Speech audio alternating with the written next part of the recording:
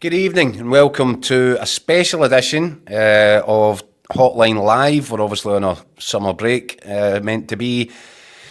But I know this time last week, Scott and Andy, you had to get together to discuss, just when we thought we were on our holidays, we get dragged back in. You guys had to discuss the news that the Rangers takeover had finally been completed last Friday. We did suspect there would be another one along before we could head to the beaches. And here it is. Russell Martin appointed today as the new head coach of Rangers, and we did promise in that event that we would get together and discuss it and ask for the views of the guys out there who are more than welcome to get in touch. You can send in through the socials, send us your messages, questions, anything you want, and let's talk it about. Let's knock it about. This time last night, guys, I was sitting down to write the story that it was Russell Martin. We broke it online just after 6.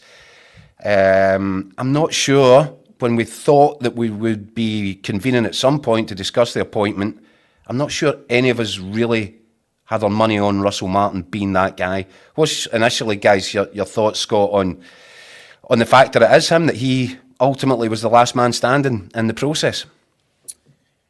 Certainly looks that way, Jacko. I mean, we've been working on this now for weeks, as you know. Feels like years, right enough, but it's been weeks trying to get a handle on this. Well, I'll just be honest. If you'd have said to me at the start of the process Russell Martin was going to be Rangers manager, I would have thought you were pretty crazy. I don't know if I thought that would be the route that Rangers would go down.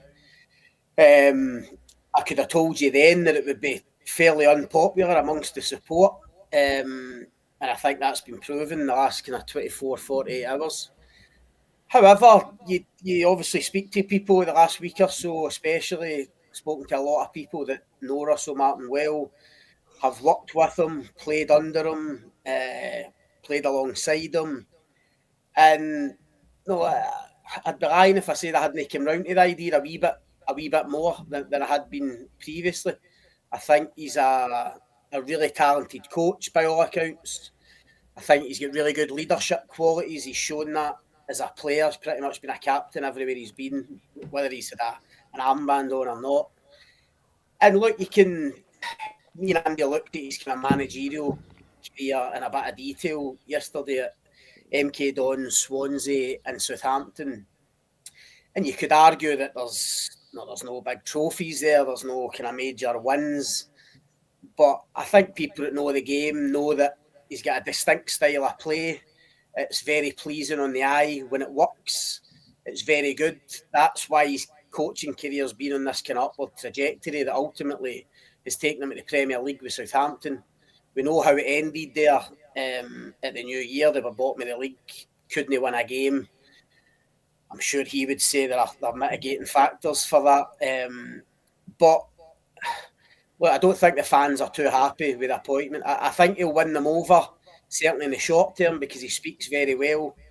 I think he'll impress. I think he'll have impressed a lot of the punters today, the way he spoke about what he wants to do there. But he's got a massive job in his hands. He's got to win a lot of people over. He said that himself today. He's got it all to prove. And it's going to be absolutely fascinating to see how this pans out. Andy, your initial reaction to it, a surprise in the end? I think it became less a surprise the longer it went. I mean, yeah. We obviously did laps of candidates, didn't we? I mean, it was Ancelotti 2 or 3 times, Martin a couple of times, Gerrard seemed to be the front runner for a spell. Listen, I think the more I think about it, in terms of when it came to a straight head-to-head with Ancelotti, I think that would be certainly the safer option, if you want to put it that way, because the Ancelotti route was a total leap in the dark, a leap of faith.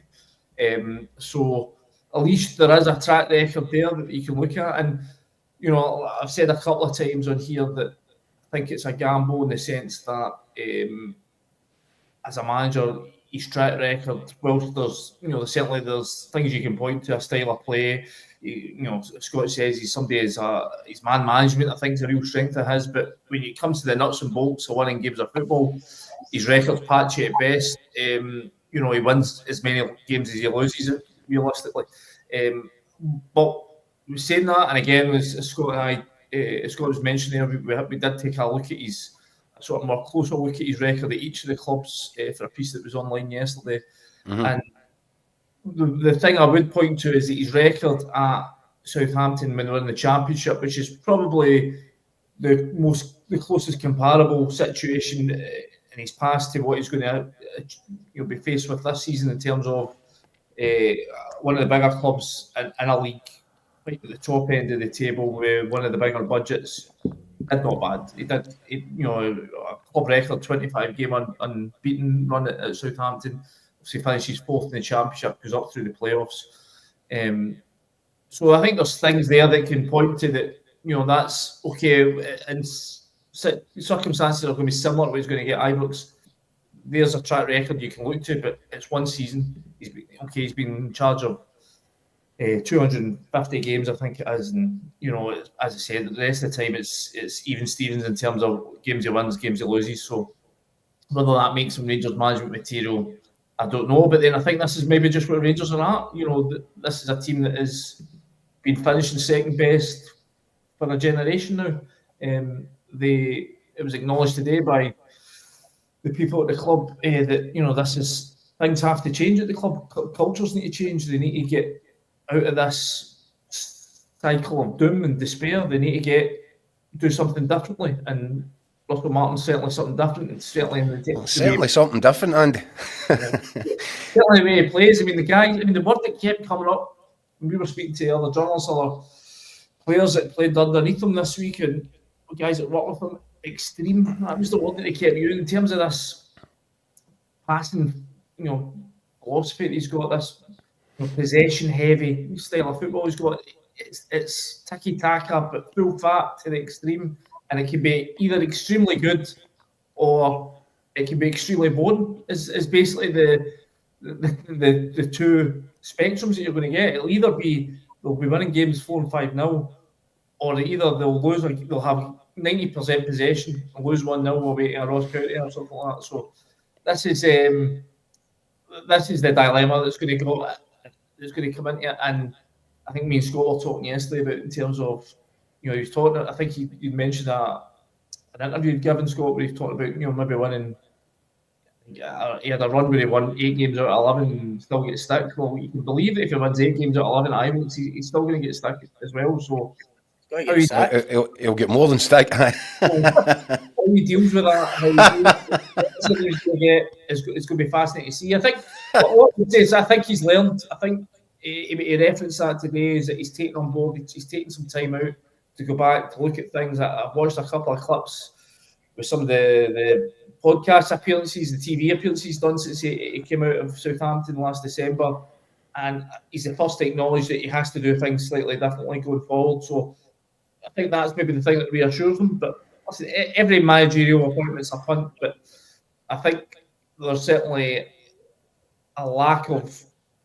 excitement amongst the support. Well, look, that's what I'm going to come on to, Andy, right? And before, because I know you two guys were down at Ibrox today for the presser, and we've got some clips of that, so we'll show that in a wee second. But that's what, before we do that, there has been a real ferocious reaction, actually. I think you can feel Rangers fans trying to get around it now after the appointment's been made. He's done his press conference, his big unveiling, and Rangers fans will now try and get right behind it. But I do feel that in the build-up to this appointment, as it became more and more evident that it was likely to be Russell Martin, there was a very angry response to it. Rangers Easy OK, regular on the show, says, I'm in minority, I think he can do really well. I'm in the minority, and that's the key bit. The recruitment is the most important thing this summer. Give them players who can play style, and we should be able to take care of the smaller teams. That, he admits it himself, he is in the minority. Before we go and look at what was said today, has it surprised you guys, the sort of wall of negativity that has built up? I mean, it's it's like crossed the Atlantic like a tsunami. The Americans, Andrew Kavanagh and his colleagues, they'll have seen this, they'll have heard this. Does it surprise you? And do you think it will come as a shock to them? Scott? So I was just going to say, I kind of summed up this morning a bit like Labour coming in, winning the election, landslide election. They have all this positivity behind them, and then 2 days later they're going to announce they're going to scrap the winter homes allowance, fuel allowance. It's a bit like that. This new regime have come in with such a huge, well of support and backing, and they've got all this political capital to spend, and it seems they spent a lot of it 4 days in. So I just think that I think what the fans need to do is that they've been so excited about this takeover. Well, then you've got to give them their place. You've got to give the board their place and think that these guys know what they're doing. They've come for a high-class sporting environment at San Francisco 49ers. They're involved at Leeds, who have just got promoted to Premier League. These guys, the fans must trust them that they know what they're doing. You're willing to let them take control of your club. Now you need to go and let them make the decisions that they want to make. Scott, is it? There's no getting away. There's no getting away for the fact that it's the fans feel underwhelmed by this. And listen, that's no a slight one. Underwhelmed, stroke angry, Scott. Some of them are downright angry. Nah, I think more underwhelmed. I think, as Andy touched on, they were swept away in this kind of wave of elation and excitement last Friday when the takeover goes through. And at that point, no, they're dreaming of a big name. No, let's be honest, they're dreaming of a sexy name, whether that be Ancelotti. I agree with Andy. I think Russell Martin's a better option than Ancelotti, but they were dreaming of like an Ancelotti or a Marco Rose or these other guys that are mentioned, a Fariola, or even Gerrard coming back. I think Russell Martin against those names is underwhelming for them. Now, we turned up at Ibrox today.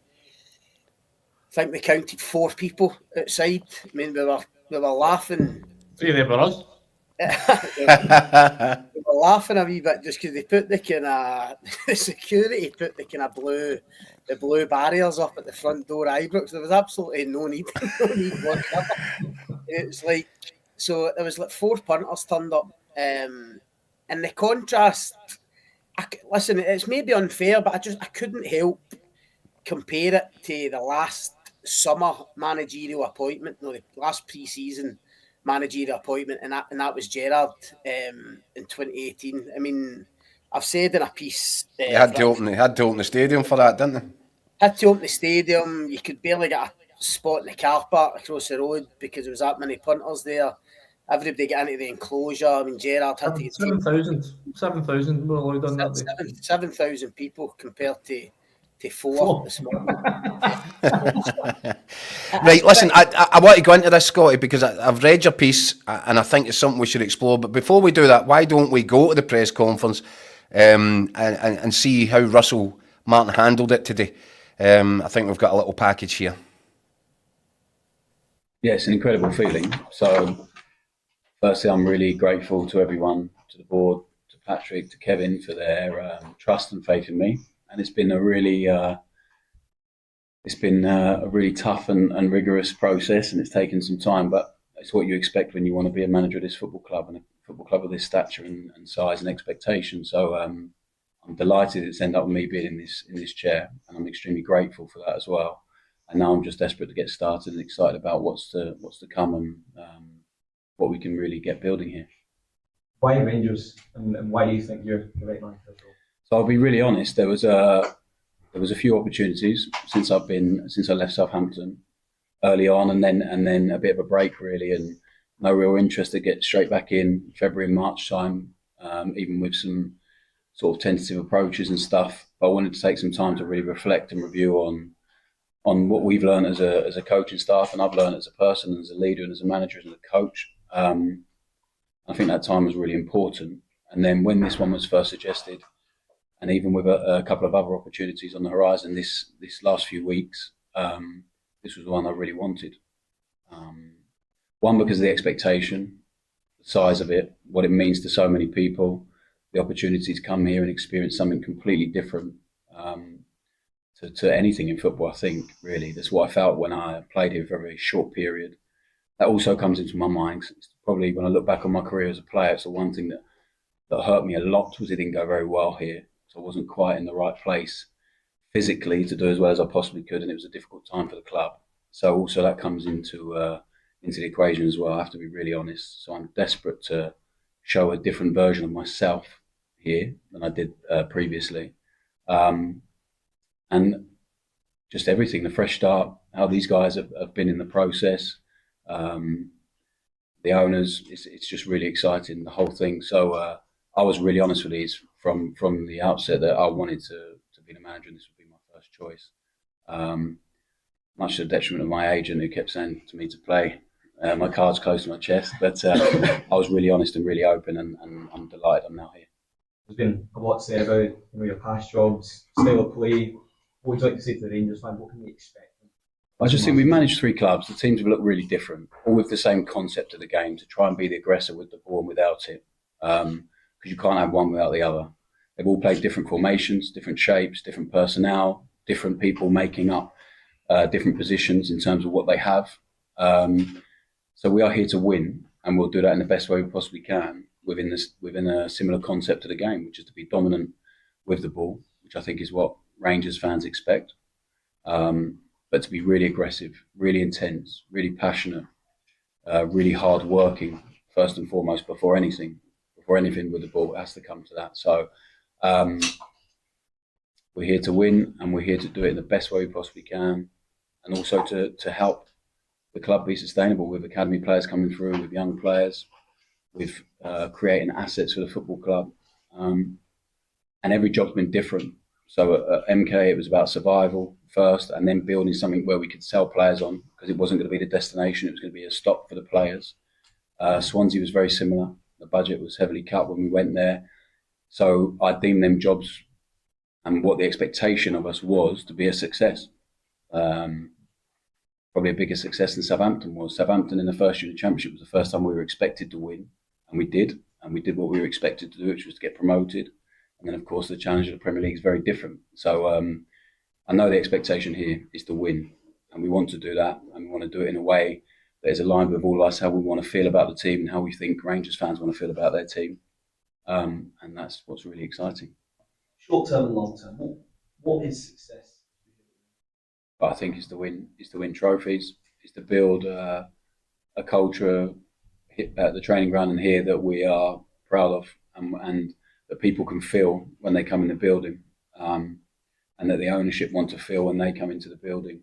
An environment of hard work, of honesty, of openness, inside and outside of the building, and to see a team that doesn't look different every week, that is always trying to improve and develop in our own way, and rather than focusing on the opposition too much or what other people are doing, we're going to do it in our way, and we're all going to be fully on the same page, which I think the alignment and what I felt over the last few weeks of the process is the most important part for me. I think we're all on the same journey. We want to be successful. Guys, forgive me if I'm wrong, but at some point during the press conference today, didn't Kevin Thelwell said there was a lot of positives to take out of Russell Martin's 16 games in the Premier League at Southampton? Did I mishear that? No, I didn't. That's that. Was he asked to explain? I think it was almost in his kind of opening gambit, Jacko, when he'd asked about why Martin was the guy, and he said he'd watched his teams a lot, over 250 games, I think, and he took positives from the first season at Southampton and also the second season. It did take me aback slightly as well, but he's clearly talking about the style and the way they played, despite the horrendous results. I think it's really, as I said before, I think he's also learned for that process, because it was. It was. Well, he's going to have to, Andy. He's going to have to, because it became this running theme in that first kind of quarter of the season. Southampton were just slitting their own throats defensively, giving away comic cup goals, week after week after week. It was really damaging, and it actually became a bit of a car crash, didn't it? I mean, the thing I found interesting was, I don't know if you remember, he was on Monday Night Football with Jamie Carragher a few months back, and he spoke then about just his team lacking physicality to deal with the Premier League. Just that, even just things like the dark arts of it. He talks. Everyone talks about how when his style of football clicks, how beautiful it is, how pretty it is. Yeah. But what he said was what we really need to be was a bit dirtier, a bit nastier. Take fouls, chop people down in the halfway line, stop attacks at source, even if it means dragging somebody down, taking a booking. So he's taking that on board.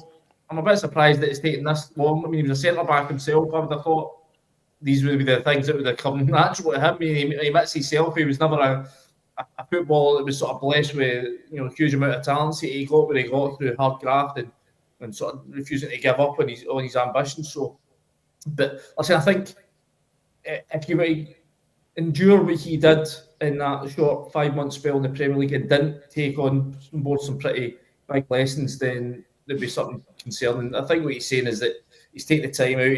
He had offers to go back into work sort of February, March time, he says. He's taking the time out. He's obviously not back the Leicester job. He made clear that this was the job he wanted. This was his first choice. He wants to sort of put wrong he wants to right the image that the Rangers fans have of him as a player. He doesn't like the fact that they will remember him as being part of a team that gets scalped 4-0 at Hampden off of Celtic. They get beat 5-0 at Parkhead. The Celtic lifted I think it was a 7th title in a row. So he wants to right those wrongs. What Rangers fans will have to hope is that the areas where he's fallen short in his managerial career, he's learned from those, and he's ready. And he's coming to Ibrox as a more rounded manager than he's been before. Right, Scott, you were just about to get into something there before we had a look at the press conference today. I have to tell you, one thing surprised me. Andy, you've just talked there about Russell Martin's appearance on Monday Night Football, and I've watched it. And do you know what? He's a really compelling, interesting guy, really articulate, intelligent, and I admire him for having this really kind of stout version in his own mind of what he wants the game to look like and what he wants his teams to look like. I like all that. My concern, and I don't know if it's just me, but my concern is I thought he looked more passionate on Monday Night Football than he did when he was presented to the media in the stadium at Ibrox today. I thought he looked a little bit flat. And I would go as far as to say, if I was the PR guy in there, whoever's looking after these matters, I would have given him a good 5-minute talk before he went in there. And I might have advised him that somebody will ask you, can you win the title next season? And see, when the question gets asked, you need to try and bring people with you. I thought at that point it would have been ideal for Russell Martin to say, if I didn't think I could win the title next season, then I shouldn't be sitting in this seat just now. Of course, I believe I can win the title next season. That's what I'm here for. Rangers is built on winning trophies. And if I don't win the title next season, I'll regard it as a disappointment. Because the top and bottom of that is, if he doesn't win the title next season, and if it's another trophyless season, he's going to be out of job anyway. Chances are. Because there's been such a negative reaction. Rangers fans, I don't think, will give him too much time. I hope he does get time. I hope it works for him. But I don't know why he batted that one away today. It just felt a little bit low-key. Scott, am I right? Or is it just me? No, I think you're right. That question in particular, he seemed kind of reluctant to go for it. No, and it probably lacked a wee bit of fire. I mean, I felt that about the whole day today, if I'm being honest. I mean, we touched on it earlier about the kind of lack of numbers outside and all that.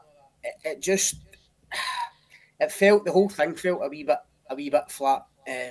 Even the fact that Russell Martin wasn't unveiled in the blue room. No, I didn't even in the blue room. I mean, you see there, he got pictures taken, but there was no one in there. And look, me and us, we've all been there before for manager unveilings. It can become very crowded and a bit of a rabble, but to me, that's almost part of it. That's almost part of the tradition. No, you think of the famous kind of images of Souness and people like that. And by the way, Scott, head coach, he's not manager. Is this a deliberate attempt to get away from? I think you're right. The traditions.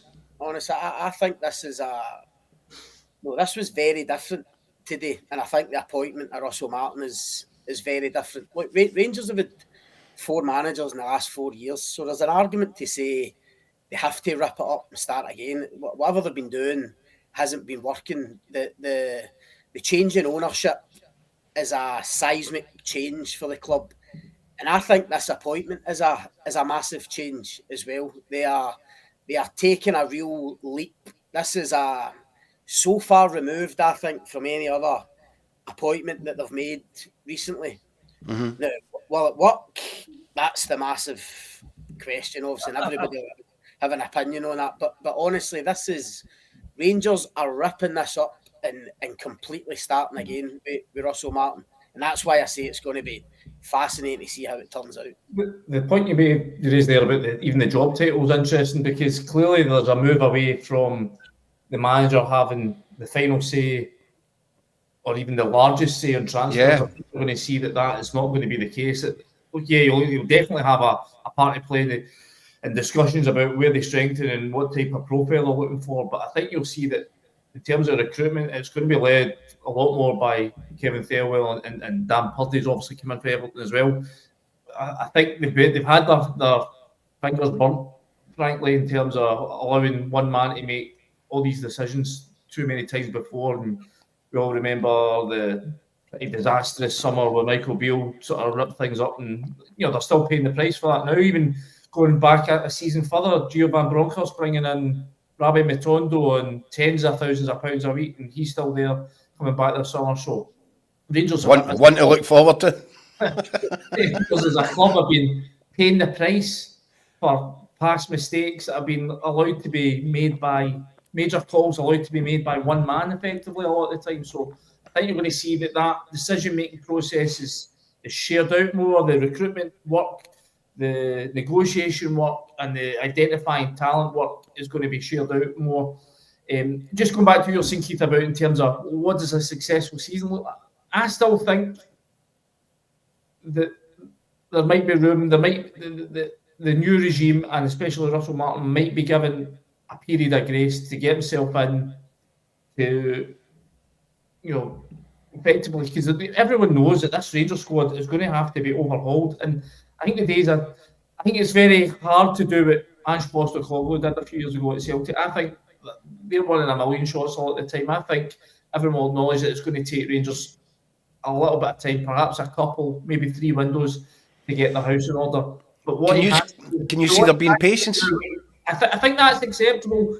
I think you get 12 months grace, frankly, but I think he has to show progress. I think that would have been acceptable for Philippe Clement last year. I think he could have got away with it, a trophyless season last season, had it looked like the team was going somewhere. The fact was that the longer the season went, the more it looked like Rangers were going absolutely in the wrong direction. I think that's what it did for him. I think if he'd been neck and neck with Celtic and pushed them close and just couldn't quite get it over the line, he might get another season. I think if Russell Martin wants to see his next season get that trust and faith in the supporters to maintain that, he has to show progress. He has to show that the team is improving week on week, month on month. If he doesn't do that, then he'll be in trouble. But I still don't think you can sit here and go that Rangers fans can be in any way hopeful of seeing their team, even winning trophies next season, because there's so much work to be done. I mean, you're talking, knows that Barry Ferguson put it as 12 in, 12 out, he thinks. Yeah. I don't think that is in any way an unrealistic number. If Rangers were to compete, they would need 12 in, 12 out. But to do that in one window, then that's a heck of a job. That's a huge amount of work. Andy, I don't disagree with what you're saying there, right? But it's Glasgow, it's the Old Firm, right? You know what it's like. I mean, the first Old Firm game of the season next year will be at Celtic Park. It'll be early in the season. I've almost got visions now of Rangers trying to play out for the back with 60,000. And Brendan's team just picking them off. Celtic absolutely smothering them high up the pitch. Rangers aren't good enough to get out. Doing to Rangers did to Celtic this season.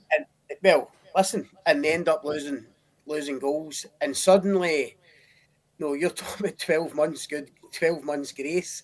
It could be 12 weeks. Do you know what I mean?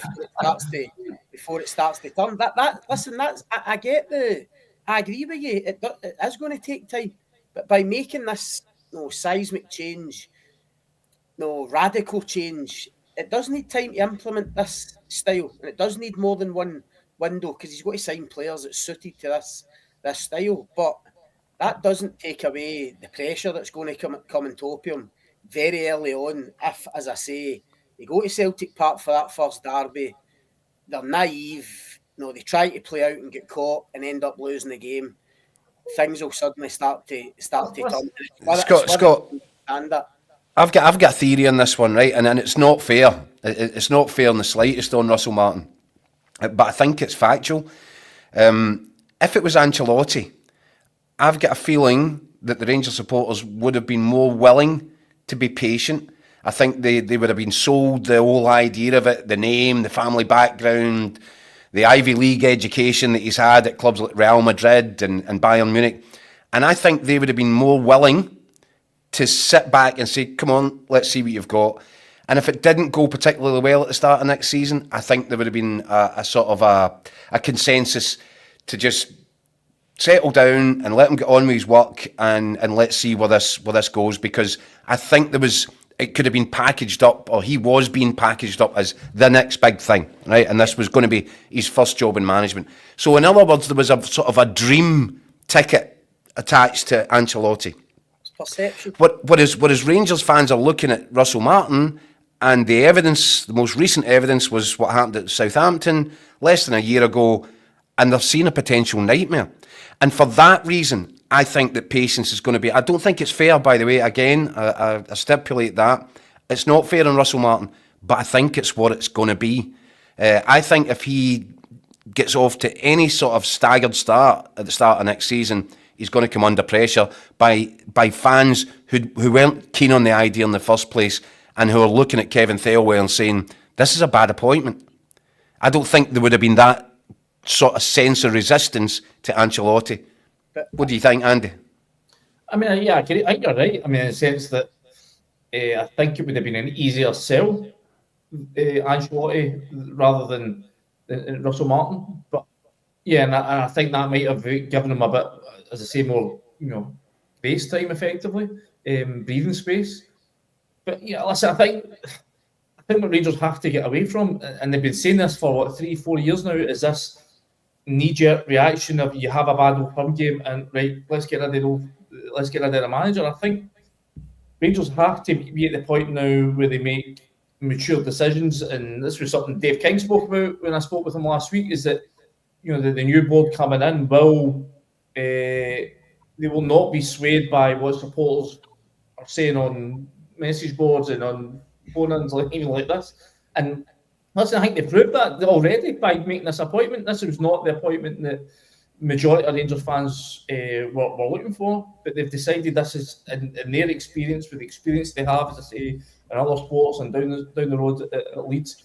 They believe this is the best candidate. So again, I think right now the supporters just have to trust their decision making and hope that it comes true. If it doesn't, then the people will have to answer, the new regime, Kevin Thelwell, and obviously the new owners. But it's one of these ones. I just think if at some point this cycle has to be, they have to give somebody the time and the patience. And Russell Martin spoke about it today, the need for patience. Because if they don't, then you're just caught in this perpetual cycle of hiring a guy, backing him, giving money to spend, it's wasted, fire him again by September, November, and then you're back to square one again. Scott, is there a touch of the Ange Postecoglou's here? Because I remember Celtic fans weren't overwhelmingly impressed by that appointment. They expected Eddie Howe to come up from down south. It didn't happen. Celtic were very quick in appointing Ange Postecoglou, but it didn't come with much of a fanfare, that appointment. And I think there was some Celtic supporters that felt a bit shortchanged by it, and I don't think they were very happy. And he didn't start brilliantly, but the Celtic supporters did buy into him quickly enough. And I think Russell Martin's going to have to do something similar. I think he's going to have to, whether it's a style of play, whatever it is, I think he's going to have to get plugged into the Rangers support and get them to come with him. Otherwise, it's going to be a really difficult start to the season for him. I totally agree, Jacko. And I think he might do that, because if you listen to how he wants this Rangers team to play, I do think it's encouraging. I think it's what Rangers need. This aggressive, with and without the ball, this urgency, pressing, smothering teams in their own half, dominating games. This a lack of transitions that he spoke about today, where too many Rangers games last season, especially, turned into basketball games. That can't happen.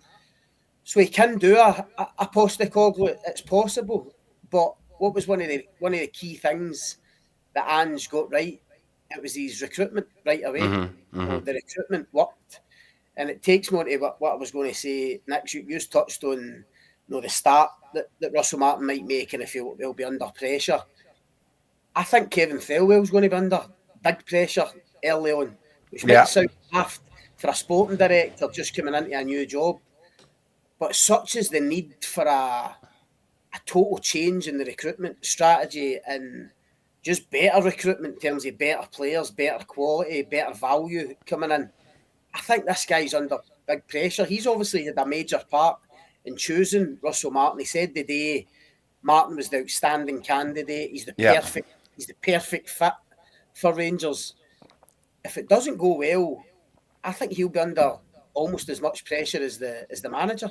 And the first few signings, you think of Ange, getting, I don't know if memory serves me right, but I'm thinking of guys like Joe Hart and Kyogo and people like that coming in early doors and immediately hit the ground running at Celtic. Ange did have that wee sticky spell. I think it was lost 3 of his first 6. People thought Rangers were going to run away with the league again. I think Rangers, Gerrard's team might have been 6 points clear or whatever it was before Gerrard left. But you could see progress in the Ange team. You could see what he was trying to do. And it very quickly, if it was after 6 games, it quickly clicked into gear. Russell Martin's going to need something similar. This can't... It's all right, Andy saying, there'll be a period of grace and we accept that it's going to take time to implement. But Russell Martin said it himself today. He has to be winning while he's building.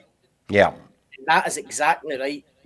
While he's trying to implement different things and a different style and change the whole culture at Rangers on the park and off it, he still has to be winning games by hook or by crook. Yeah, because the rest of it won't matter. You're absolutely right. I mean, look, a good comment here from John Curry. Big Ange has a record of winning, Martin has a record of losing, and that's a fair point because, whatever misgivings Celtic supporters might have had when Ange Postecoglou came in, if they looked at his back catalogue, they saw a guy with a history of success.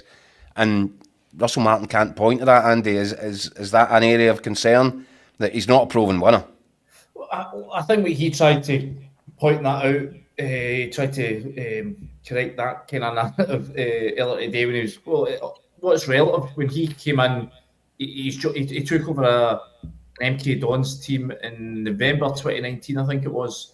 They were third bottom, they were in the relegation spot. So what's success to him? Well, survival, and he did that. Okay, only moved them up a couple of places before the season got called because of COVID, but he kept them up. That was his job that year, was to keep them up. The next year, he has them finishing 13th. So again, it's all relative. Goes to Swansea, a team that's just the squad was absolutely gutted. That summer he moves. I think it was 2021. Load of loan players leaving. Has to rebuild a squad. I think you only get 6. Yeah, that was right. Only arrived 6 days before the start of the season, and a lot of people are panicking now that he's only arrived 2 weeks before pre-season starts here. He arrived 6 days before the start of the league season at Swansea. And I think that the people I spoke to down there said that kind of, you can see that because of this highly structured style of football we had. Obviously, that takes a lot of time in the training ground to get that sort of drilled into the players, and they kind of struggled that first season. But 15th again the next season, finishes 10th, comfortably mid-table, gets a gig at Southampton. What's relative to them is promotion. They want promotion. He does that. So, listen, I think you can point he's not getting the silverware, but I mean, I don't want to downplay Ange Postecoglou's previous achievements, but as winning an A-League title or winning in Japan comparable to taking a team into the Premier League? I'm not sure if you can draw that comparison. But listen, what he's done is I think what he would say, up until his stint in the Premier League, he's improved himself, improved the clubs he's been at year on year. Yeah, he's okay. He's not finished at the top of the podium yet, but year on year, up until that 5 month stint in the Premier League, where things went wrong, but he'll say it's been a learning process for him. The proof's going to be in the pudding at Ibrox. Is he coming here as a more rounded individual, or is he still going to make the mistakes that cost him so dearly in English top flight? He has to be more flexible, Scott, doesn't he? He can't die in the same hill that he did at Southampton. You're totally right, Jack. That is the key thing. That this will be totally different for Russell Martin.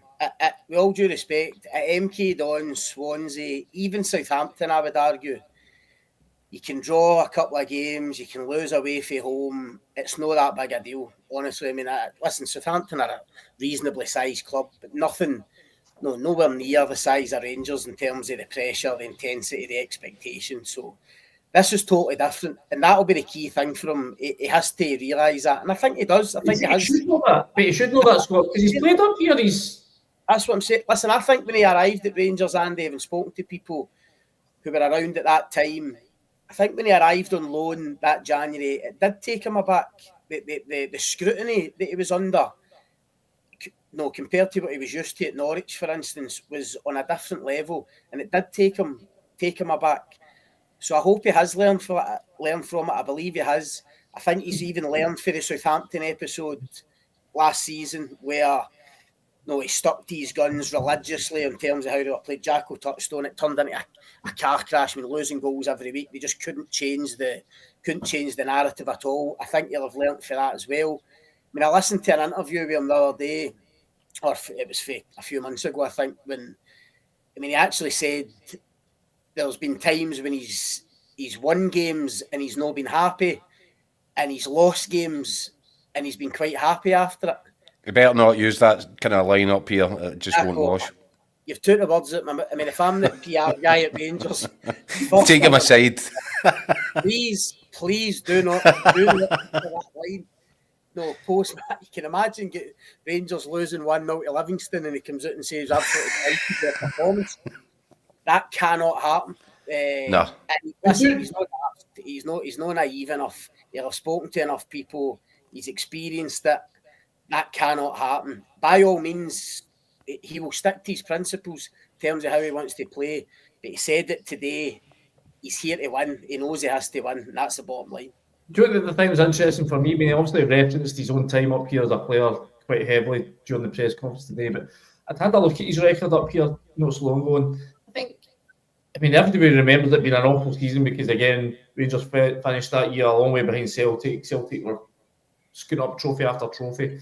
But, I mean, going into those two Old Firm games where they conceded 9 goals over the 2 games, they'd only lost one game, I think, leading up to that since he signed middle of January, I think it was. So, but even that, so I think that's what it shows them, that you can win pretty much every game. But if you finish second best to Celtic and you get especially the sore ones that they did, then you'll be forever sort of painted as this massive humiliating failure. And that is the level of expectation here. There's that second's nothing. Doesn't matter if you beat all the rest. If you lose to Celtic and you finish empty-handed, you'll be written off as a dud forever. And that's the reality of it. Fairness, rationale, logic, none of it exists here. This is a place where it's only the extremes. Totally right. Scott, would you just want to say something before we wrap it up? I was just going to say, just what Andy's saying, it goes back to what we said we half joked about at the very start. His interview at MK Dons, where he was quizzed on a plan B. I think he'd lost a couple of games. People were asking him about adapting a plan B, and he got his back up and he got quite prickly. And his quote was something like, we've won 8 out of 11 games and nobody was complaining. Basically saying what he's moaning about. If he wins 8 out of 11 games with Rangers, and those 3 that he didn't win are 2 against Celtic and a Champions League qualifier, he'll be up against it big time. Do you know right from the start. That is 8 out of 11. Doesn't really cut it at Rangers. That's the pressure you're under. That's the size of this. That's the size of this job. And I hope he realises that. I'm sure he does. But it's going to be. He's going to be under pressure. Of course, he'll get a wee bit of time at the start. We realise it'll be totally different. The team will look very different. I heard somebody else today at the presser saying, no, this playing out for the back, no for the goalkeeper and through the thirds. I mean, taking risks. I mean, Ibrox, you know what Ibrox is like, Andy? You know the guys that sit behind us. There's a boy that sits behind me in the gantry. I don't want to out him, but he will not wear this. The first day, Butland skews one out the park with his left foot. We'll try to find a centre back. Yeah. He will implode. We'll need to take a defibrillator with a laptop.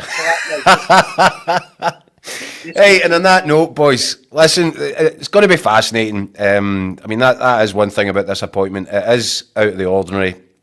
I think it'll either be a spectacular success or an unmitigated disaster. I don't think there's going to be much room for grey area.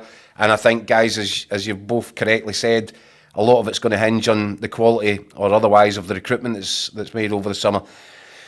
Our recruitment department have gone into shutdown, and we're going into shutdown for a week, but we will be back a week on Sunday when Hotline Live gets back into its usual slot, 5 nights a week. We just came on tonight because obviously massive story to discuss with you all, but we'll be back in our usual form from a week on Sunday. Rebel, thanks very much, and we'll see you all later. Thanks, guys. Thanks everybody for getting in touch. Cheers. Cheers.